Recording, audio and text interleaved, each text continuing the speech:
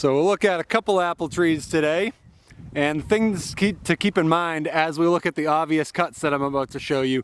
The main reasons we're trying to prune is for airflow to prevent disease, sunlight penetration so we can get maximum fruiting light to all of these branches, all the energy from the roots going to the productive branches rather than extraneous growth, and for just good strong branch form that can hold heavy loads of fruit. So let's take a look. This one is a Grimes Golden, about 4 years old on a seedling rootstock, very vigorous, beautiful apple, delicious, and has a lot of obvious pruning cuts. So I figured this would be a good place to start. So see how these branches are going in towards the center of the tree rather than these ones that are going out. We want to favor the ones that are going out and clear up the center of the tree. What that'll do, that'll increase airflow to help prevent disease. And as we're doing this, there's a good spot you want to aim for. You don't want to cut way up close to the trunk, and you also don't want to leave a nub here. You want to look, it's called the branch bark collar. I don't know if you can see that. Let me try to refocus this here. Where this ruffled up bark is right here, you want to cut right at the leading edge of that, and that's a good spot to allow the tree to quickly callus this over and heal the cuts, so no disease gets in there, no bugs attack it. Sorry about the wind here, it's early spring so it's kind of unavoidable sometimes. So these are a couple of the easy to see cuts. I don't have to do all of them. You'll see all of these that are going. Here, let me shift again. So anything facing inside like that. I also like to go down here. Same sort of deal. Now we're just taking all those out. That one I'll do, this one I'll do. But let me shift gears here and get my loppers. This is another cut here. So we're looking at the top of the tree. This is my leader that I'm trying to keep. It's the most vigorous, it's right in the center, it's already branching out. And this one right next to it is a competing leader. So they're kind of competing for the same energy, the apical dominance that the tree wants to send up a nice shoot.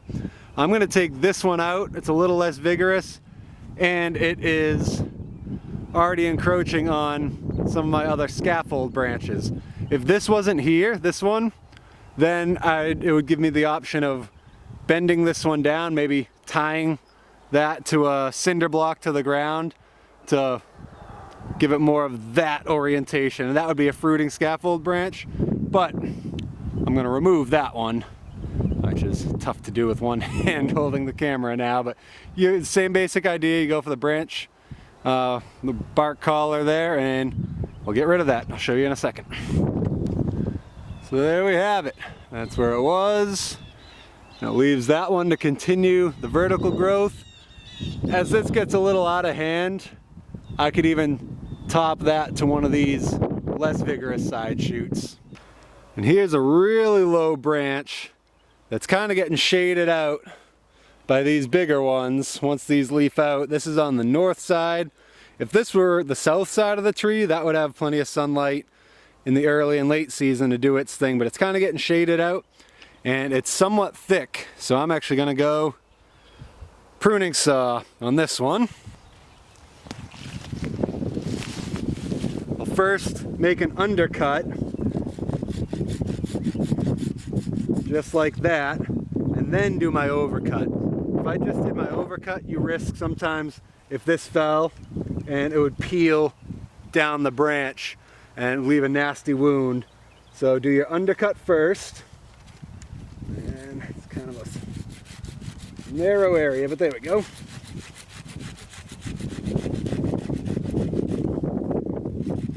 Clean that up,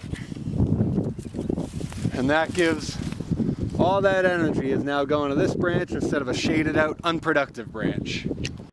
Now here's a different tree. This is Rhode Island greening, and you can see this is an example that wasn't really on the other tree. See this really vigorous water spout, they call it.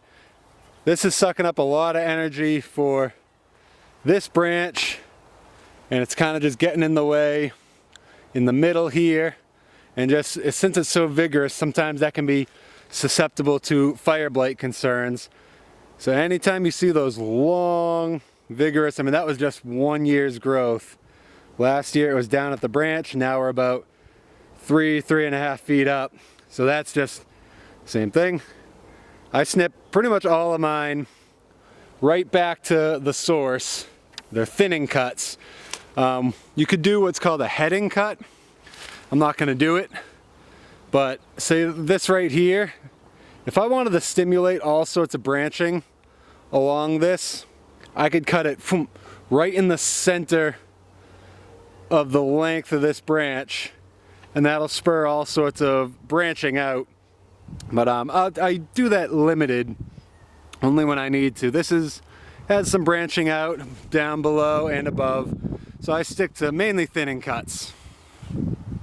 So that's the basics that you'll see on this age of tree, 4, 5, 6 years old when it's starting to bear. I have some older trees, maybe I'll make a video on how to renovate older trees and get them more youthful and vigorous again. But thanks for watching. Good luck with your fruit growing.